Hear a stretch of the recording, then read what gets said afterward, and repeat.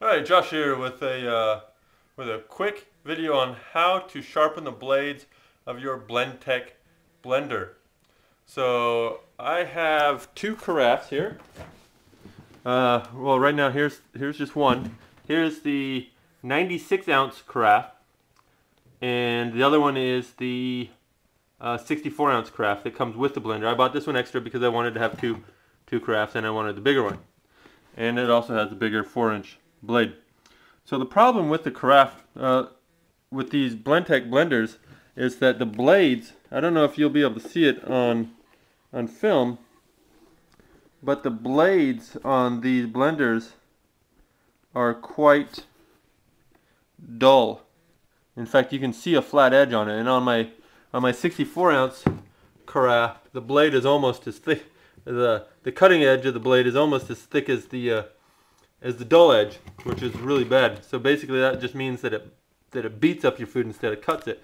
That's one advantage that the Vitamix has, is they have very sharp blades, whereas this has dull blades. And the other disadvantage is if you see the round cap on the top there, that is because the blade is not replaceable. There's no way to replace the blade of a Blendtec carafe. So when the carafe is gone, then or when the blade is gone, the carafe has to be replaced. Also, with a sharper blade, you should have less load on your motor because it should cut through things better. So the first thing that I did was I did not want to get any shavings underneath of the blade and into the bearing.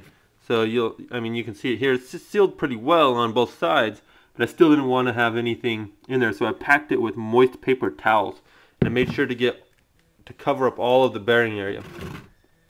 Now to do the grinding and or sharpening, I'm just going to use a handy Dremel tool, and I've got this 90-degree attachment so that when I put the Dremel tool in the bottom, you can see that I can actually get a good contact with that blade. Whereas if I had just the straight Dremel tool, it would be much more difficult to do that. I'd have to get a different type of bit, and it'd actually be pretty tough, I think, to get a good one. For the grinding bit, I've just got some grinding stone. This is actually the only one that I had. I wish I had a different kind, but this will have to work for me. And I tested it out a little bit. It looks like it's going to be doing well. A pretty good job. So what you do is you just turn the machine on and you start grinding the top of the blade and test it for sharpness if there's a good edge on it. When you're done, you can also do a visual inspection and see if that works.